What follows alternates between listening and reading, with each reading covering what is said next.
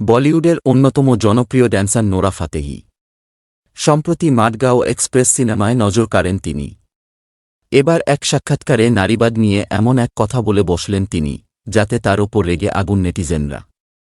সম্প্রতি একটি পডকাস্টের সাক্ষাৎকারে তিনি এসব কথা বলেন। নোরা বলেন, নারীবাদ আসলে সমাজটাকে ধ্বংস করে ফেলেছে। আমি বলছি না যে মেয়েরা পড়াশোনা করবে না বা চাকরি করবে না, অবশ্যই করবে। তবে এর একটা মেয়াদ বা সময়কাল আছে। পুরুষ চাকরি করবে, টাকা উপার্জন করবে, খাবার আনবে ও পরিবারকে রক্ষা করবে, তিনি বলেন। অন্যদিকে নারী মা হবে, সন্তানের দেখাশোনা করবে, রান্না করবে, ঘরের কাজ করবে। নারী পুরুষের ভূমিকা এমনই হওয়া উচিত। এতে খারাপ কি? আমি এভাবেই চিন্তা করি।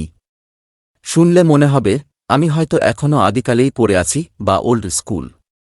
তবে এটাই আমার বিশ্বাস। নোরার কথা শুনে কার্যত অবাক সবাই। তিনি নিজে দাপিয়ে কাজ করছেন বহির্বিশ্বে, অথচ তিনি মেয়েদের বাড়ির কাজে বাঁধতে চাইছেন। নোরার কথা বিরক্ত হয়ে এক ব্যক্তি লেখেন, উনি কেন এখনও বিয়ে করে বাচ্চা লালন পালন না করে বেপর্দা হয়ে নাচানাচি করে বেড়াচ্ছেন? সিনেমায় যতই নায়িকা হন না কেন, ব্যক্তিগত জীবনে আপনি আসলে একটা খলচরিত্র। অন্য আরেক ব্যক্তি লেখেন, এত ফালতু কথা আমি জীবনে শুনিনি। বুঝেছি উনি কাদের খুশি করতে এসব কথা বলছেন। ওনার ভক্তরা তো সাধারণত পুরুষ। উনি আসলে ওনার পুরুষ ভক্তদের খুশি করতে চান।